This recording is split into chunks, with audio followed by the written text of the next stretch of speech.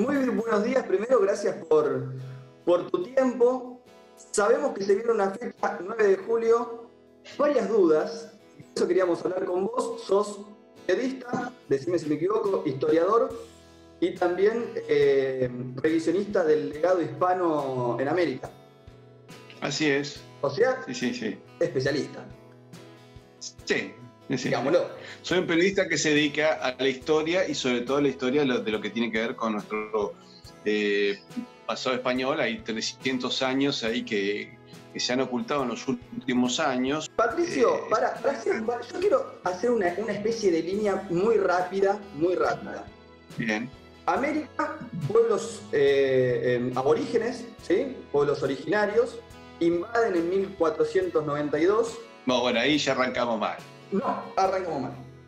Primero pueblos originarios, ¿no? Porque vinieron de Asia. Vos le tomás el ADN a buena parte de las tribus americanas y tienen ADN de Mongolia. Y tomás algunas lenguas aborígenes, incluso en territorio nuestro, y tienen raíces muy parecidas con el chino. Ajá. O con dialectos japoneses muy antiguos. Hay palabras muy similares. Así que digamos que no hay una Adán y Eva América. Vinieron por el Estrecho Bering o por la Polinesia.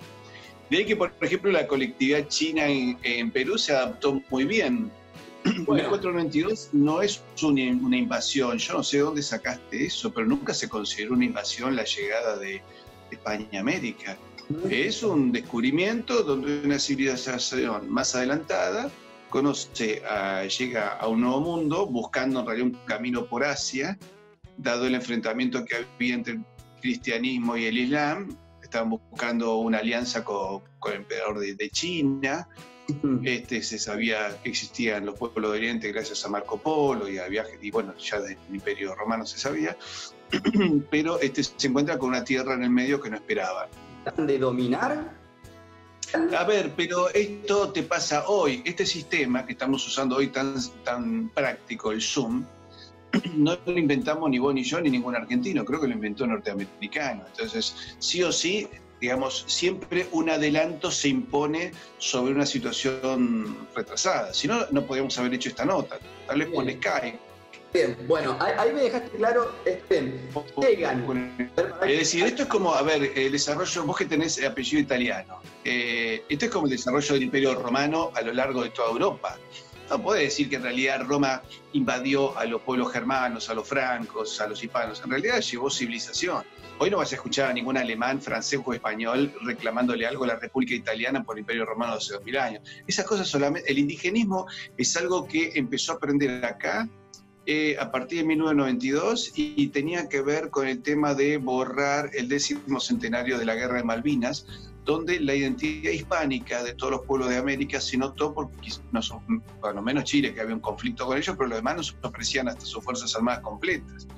Entonces nosotros tenemos que entender que en América no había estados.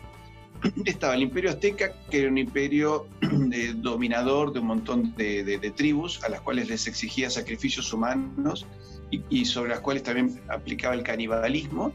Y más abajo el Imperio Inca, que era un imperio también esclavista.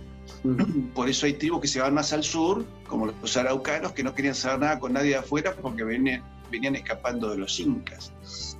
Entonces, en realidad, esto es la conquista que se da en todo el mundo a lo largo de la historia, ¿no es cierto? Y los indígenas le pidieron ayuda en su momento a Hernán Cortés para liberarse de los aztecas. Y fue así, Hernán Cortés vence al ejército azteca con la ayuda de decenas de miles de indios americanos, ¿cierto? Bien, Patricio. Luego eso permitió un idioma común para todo el continente. En 1776 es cuando se crea el virreinato, o sea, cuando, digamos, América empieza a depender un poco de la corona española. A ver si tengo una. No, a ver, nosotros éramos, en su momento se crean dos virreinatos, el virreinato de Nueva España, que hoy es México y que llega hasta el sur de Estados Unidos y que llega hasta Filipinas, y el virreinato del Perú, que llegaba hasta Panamá y Colombia.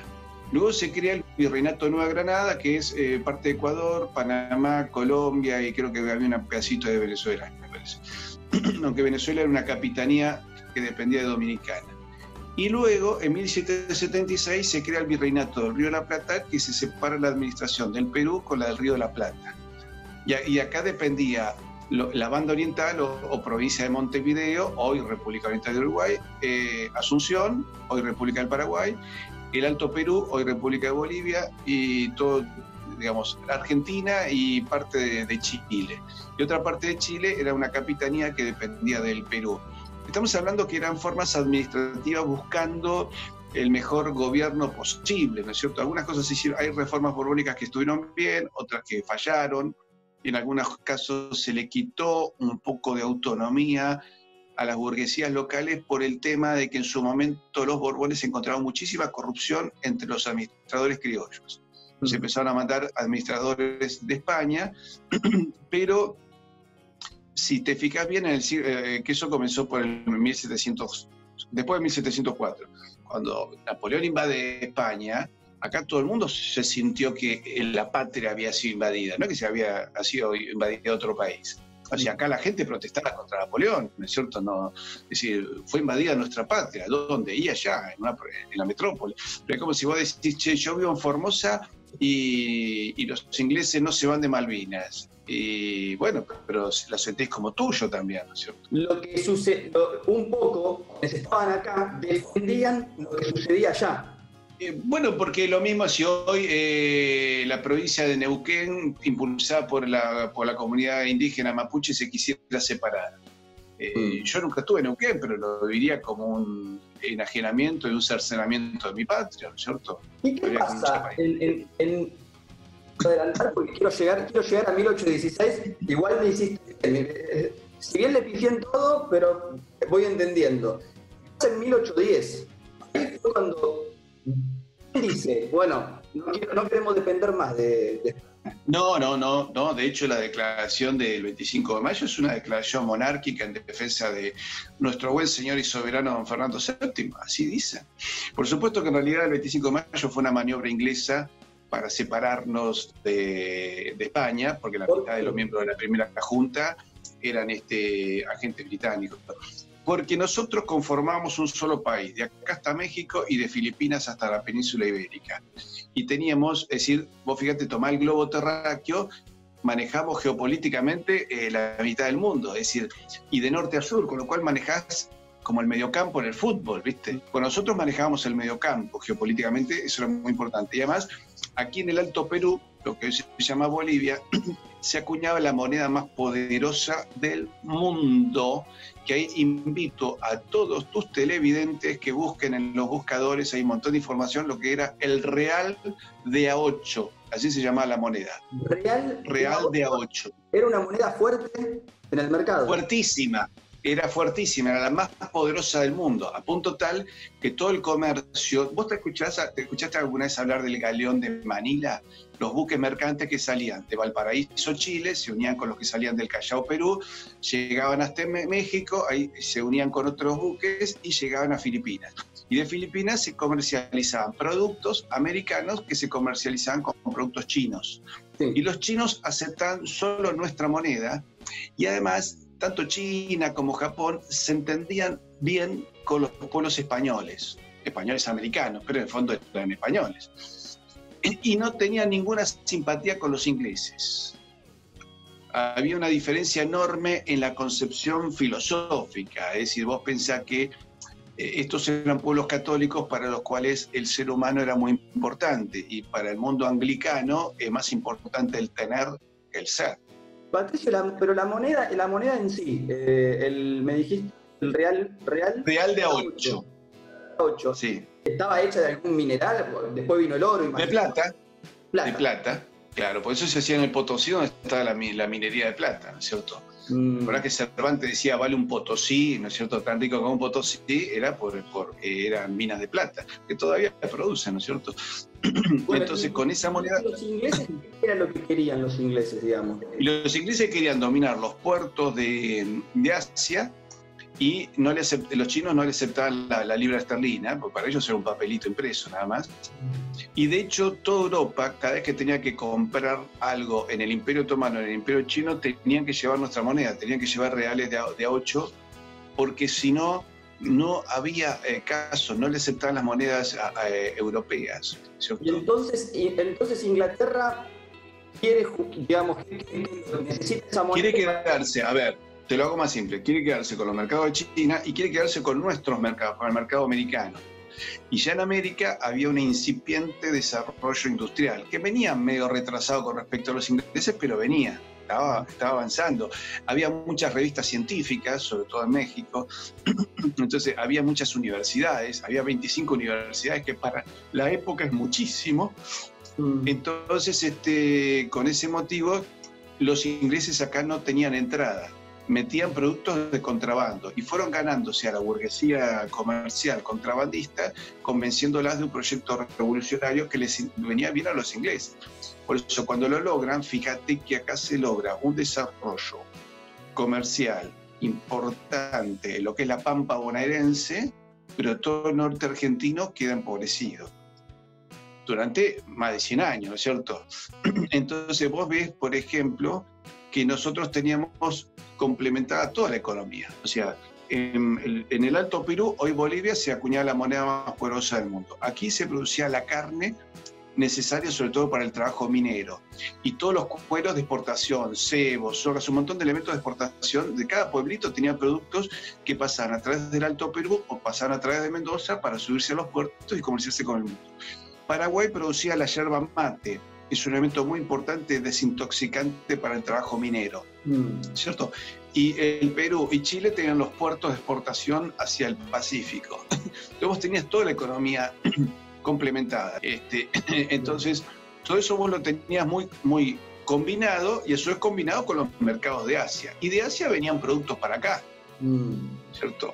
Vas a escuchar algunas abuelas que cantan La verbena de la paloma, que es una zarzuela española que dice allá va con mantón de Manila. Bueno, el famoso mantón de Manila, Manila capital de Filipinas, no estaba hecho en Filipinas, estaba hecho en China. Venía por Filipinas, ¿no? Por los comerciantes filipinos, que se sentían tan españoles como nosotros. Vos pensás, a ver, en las invasiones inglesas, ¿vos qué creés que gritaban los gauchos cuando atacaron a los ingleses? Vamos a Argentina, vamos a ganar, que esta barra quilombera no te deja de alentar. No. Los gauchos gritaban, ¡viva el rey! ¡Viva el rey! Claro, defendían... Por supuesto. Defendían... Y la gente... ¿Cómo? Está bien, sí. Tenían puesta la camiseta de la corona española, acá en América. Y porque nuestros ancestros eran eso. Nacer en Tucumán, nacer en Buenos Aires, era ser tan español como un tipo que había nacido en Madrid, Andalucía, Galicia, ¿cierto? Era lo mismo. Alberdi cuenta que cuando su padre se vino de la península ibérica a Buenos Aires, nunca se sintió que había ido al extranjero, sino que había cambiado de provincia, como si vos que vivís en Buenos Aires te mudases a vivir a Formosa, qué sé yo. Bueno, me queda bastante. Yo quiero llegar al 9 de julio de 1816. Bueno, dale. ¿Por qué se necesitaba esa declaración? Porque acá había burguesías muy interesadas en romper con España, y algunos que eran más sinceros decían, no, bueno, España está influida de liberalismo masónico, anticatólico, entonces nosotros vamos a mantener la tradición española en América, y entonces algunos actuaron de buena fe.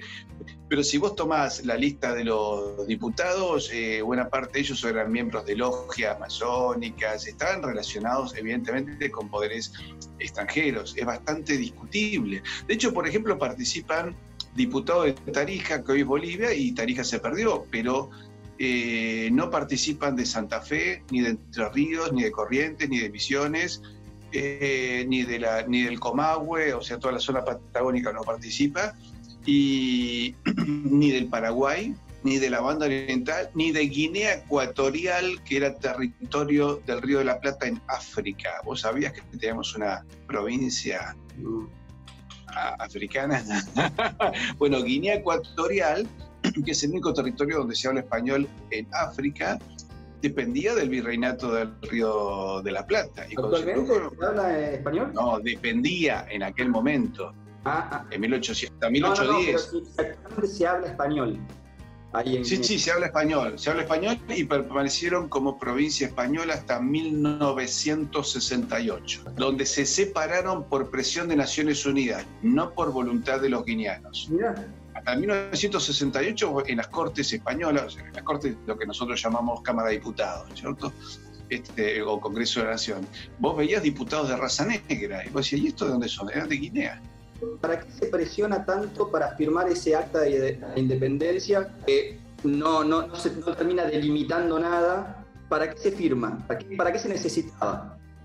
Para balcanizar, nosotros no lo necesitábamos. De hecho, si vos te fijás, el primer movimiento revolucionario es en 1810, hay una en 1809 en la zona de Sucre, de actual Bolivia, pero fíjate que la guerra de independencia, la batalla de Ayacucho es en 1824, diciembre de 1824, 15 años. Y voy a decir, ¿pero cómo? Si este pueblo había logrado vencer a los ingleses 2 veces acá en Buenos Aires. Bueno, y antes, en la guerra de Malvinas de 1770, habíamos derrotado a los franceses, a los holandeses, un montón de victorias a lo largo de toda América. ¿Cómo puede ser que luego tarden 15 años los españoles en perder el imperio?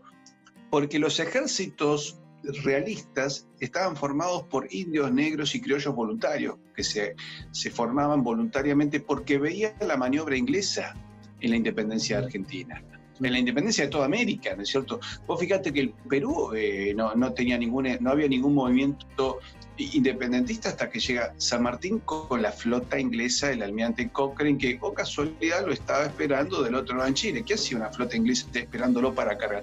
Si no, San Martín no hubiese podido llegar nunca. Hasta Perú, digo, que estaba lleno de realistas. Es porque la gente era eso, no era otra cosa. Es como si mañana se separa una parte de nuestro país, ¿no es cierto? Neuquén, por ejemplo, acá hay un movimiento indigenista que también está apoyado por Inglaterra. Y comienza una guerra civil en Neuquén. Y logran independizarse. Pues van a decir, che, pero ¿por qué costó tanto? Y que Neuquén estaba llena de argentinos. Y si eran argentinos. Entonces la gente que era, y la gente se sentía española. Vos veías, de hecho vos sabés que ves varios generales realistas que eran caciques indios. O sea, el general realista Antonio Huachaca era un indio que se opone decididamente a los ejércitos de Bolívar, de Sucre, pero les hizo la guerra hasta 1832. Vos ves resistencia realista hasta 1842 más o menos, en algunos casos. Y incluso los indios del sur de Chile y Argentina no reconocieron los estados de Chile y Argentina hasta 1860 más o menos, 1880, por ahí.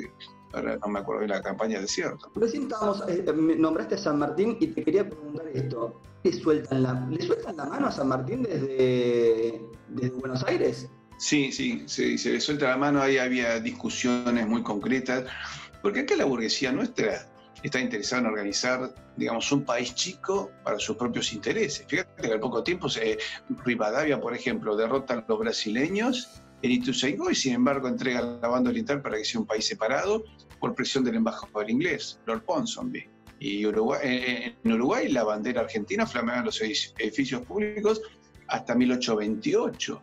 Y un día lo fabricaron como país independiente, le fabricaron rápido una banderita con los mismos colores que nosotros y un sol, y ahí se lanzó Uruguay, que tenía 100.000 habitantes, ¿no? Era inviable como Estado, ¿cierto? Y lo fue toda la vida. Entonces, y nosotros, fíjate que nos dividen países por océanos, ¿no es cierto?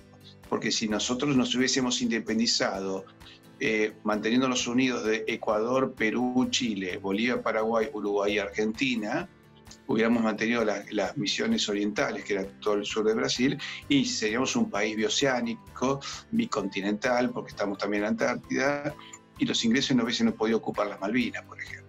Ni hubiesen venido en 1845 en vuelta obligados, si hubieran tenido que respetar muchísimo, seríamos un país poderoso y hubiéramos mantenido el control del comercio con Asia, el galeón de Manila. Es decir, ahí es un tema estratégico. La pérdida de mercados orientales fue la pérdida de la economía en toda América. Y además porque se disgregó la economía, porque ya, digamos, ese complemento económico que había entre el Alto Perú, Paraguay, Argentina y Perú, ¿cierto? Por lo que dije, la minería de plata, el consumo de carne y producción de cuero, el consumo de la yerba mate y los puertos de Perú, todo eso se separó.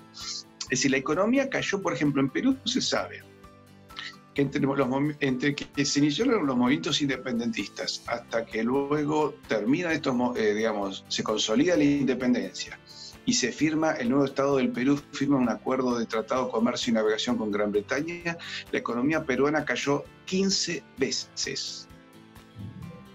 15 veces. O sea, imagina un señor que gana 150.000 pesos y que tiene un nivel de vida de acuerdo a ese nivel, y al mes siguiente pasa a ganar 10.000 pesos. Lo destrozaste, porque todo su nivel de gasto lo tiene con respecto a los ingresos anteriores, ¿no es cierto? 2016, 9 de julio, hay una firma, pero no hay algo real establecido de un país. ¿Eso cuándo llega? Hay la declaración dice Declaración de las Provincias Unidas en Sudamérica. Pero no está, Sí, no está definido. Y no está definido qué territorio, porque de hecho Paraguay no participó de esa declaración y no participa de los movimientos de mayo, se opone a Belgrano cuando va, se oponen a los movimientos revolucionarios, y luego Paraguay se independiza, no en una guerra con España, sino porque quedaron como un estado mediterráneo, quedaron adentro, quedaron estancados adentro, sin conexión con España.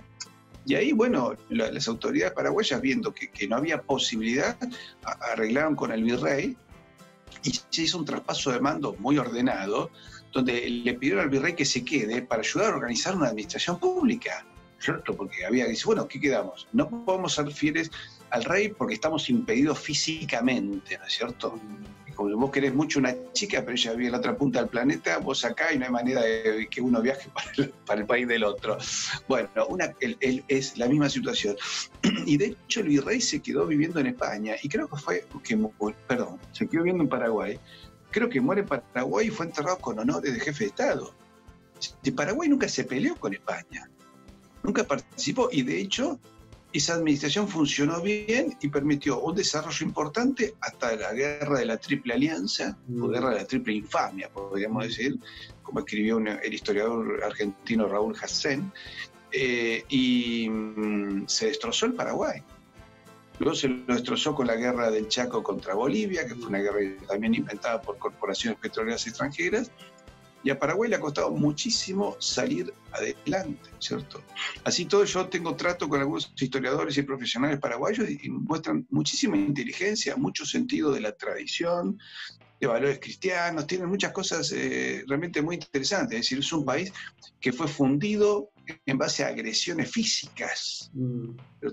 ¿Argentina entonces empieza a ser Argentina desde la Constitución? Y el nombre República Argentina viene más o menos, creo que en la presidencia de Santiago de Erqui, creo que por 1861, por ahí, porque se adoptó el nombre de República Argentina. La época de Rosas era la Confederación Argentina del Río de la Plata, pero no República, porque Rosas trataba de ver si podíamos reunificarnos de vuelta con la banda oriental y con el Paraguay, y también con Bolivia, ¿no? Decir, señores, tenemos que ver cómo mantenemos esto unido. Bueno, no pudo.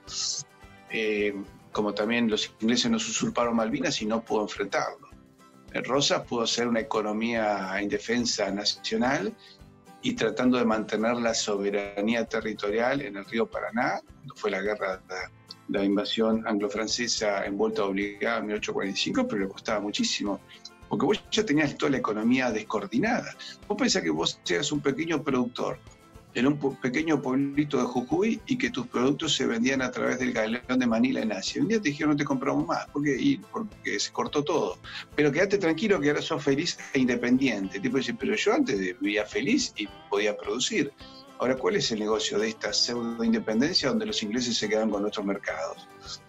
Y ni siquiera podías competir con tu producto internamente porque entraban productos ingleses que eran más baratos. Pero en realidad, es más, vos sabés que los nombres de Argentina, Uruguay, Chile, costó mucho impulsarlos, porque la gente se definía por la religión. Entonces, vos le preguntabas a un ciudadano nacido en Montevideo en el año 1800, o en Buenos Aires, o en Santiago de Chile, o en Bogotá, o en México, ¿usted qué es? Ninguno te hubiese dicho que era argentino, uruguayo, chileno, colombiano, mexicano. Sino que todos te hubiesen dicho algo que hoy te suena raro. Te hubieran dicho que eran católicos y súbditos del rey. Entonces eran todos compatriotas, unidos por la misma religión, unidos por la misma lengua, la misma moneda, el mismo comercio, el mismo rey. Esa es la realidad. Después se nos inventó una historia ficticia con una exaltación patriótica, pero no muy patriótica, sino exaltando todos los movimientos revolucionarios, pero nos separaron. Vos pensás que en el año 1800 caminabas de acá hasta Guatemala y en ningún lugar te hubieran considerado un extranjero. Como mucho que sea un forastero, ¿viste? Estás en Guatemala y dices, este es un forastero, viene del Río de la Plata. No te hubieran dicho que era... Y el Río de la Plata puede ser Montevideo, Uruguay, Entre Ríos, ¿cierto? Pero en ningún lado te hubieran dicho, mirá, vino un extranjero. Y se te hubiera ocurrido. Pero en lo mismo, te hubieras ido hasta Filipinas y tampoco te hubieran visto como extranjero. En Manila se hablaba español. Esa era la realidad. Hacer algún tironeo entre ingleses y españoles por nuestro... Y claro, porque mira, después de la batalla de Ayacucho de 1824, en 1825 se firma el Tratado de Comercio, Libre Comercio y Navegación entre Gran Bretaña y todos los nuevos estados que se fabricaron, ¿no? Se fabricaron 20 países y todos firmaron. Y si te fijas, por ejemplo, el firmado con nosotros dice tratado entre el gobierno de Su Majestad Británica y las provincias unidas del Río de la Plata y sus habitantes. Ni siquiera dice sus autoridades. Es decir, ellos firmaban con una tierra con gente arriba, no con autoridades. No consideran, de hecho, cuando nos ocupan las Malvinas, dicen, esperemos que esto no afecte a nuestro comercio, ¿no? Que nos acaban de robar, ¿viste? Te robaron el auto y los tipos dicen, pero no te vas a enojar conmigo, ¿no? Y si vos te fijas, Sergio, todo el siglo XIX fue un siglo de guerras civiles en América, enfrentándose unos contra otros, porque la gente del norte quedó empobrecida, la gente de las provincias quedó empobrecida. Entonces, los unitarios decían, estos son los salvajes que no entienden las cosas que hay que hacer. Entonces, Sarmiento decía, no hay que ahorrar sangre de gaucho, decía, mátenlos a todos, decía. Nosotros vamos a traer la luz que viene de Inglaterra y Francia. Para él eso, la luz era Inglaterra y Francia, España para él era África. Terminó trayendo más problemas. Y peleando, por supuesto. Y peleando no entre los que estaban adentro. O sea, siguió. Sí, porque de hecho te digo lo siguiente: los virreinatos eran muy autónomos, mucho más autónomos que las provincias argentinas de hoy con respecto al gobierno de Buenos Aires. Fíjate, las provincias argentinas dependen del presupuesto de coparticipación federal. Y en aquella época, en los 80, 90, 95% de la riqueza que producía América quedaba en América.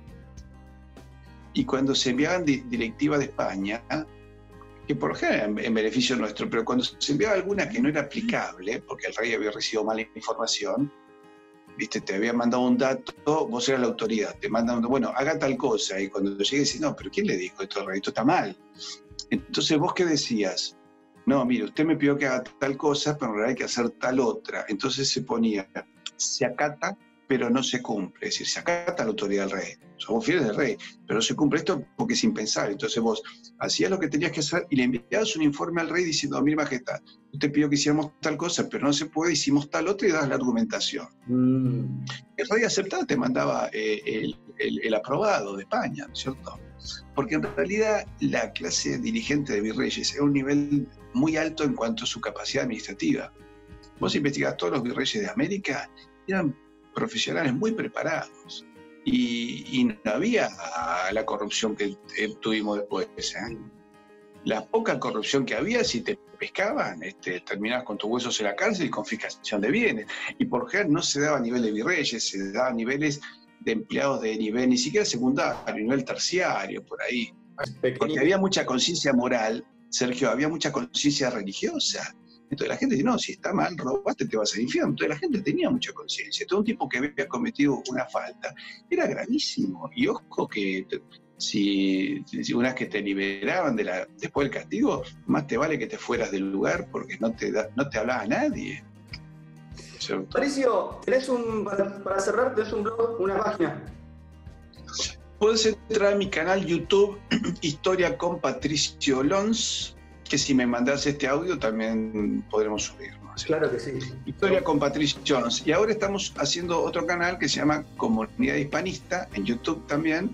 Ese va a ser más para oportunidades de negocios, presentación de libros y de películas. Genial. Estupendo. Sergio, te agradezco muchísimo. Te agradezco. Más complejo de lo que pensaba, todo, pero me parece que por lo menos varias dudas fueron despejadas, así que te recontra agradezco. La verdad, un placer haber hablado con vos. Gracias a vos y a toda tu gente de la producción y de tu canal. Muchísimas gracias por haberme invitado. Seguimos en contacto. Chao, Patricio, gracias.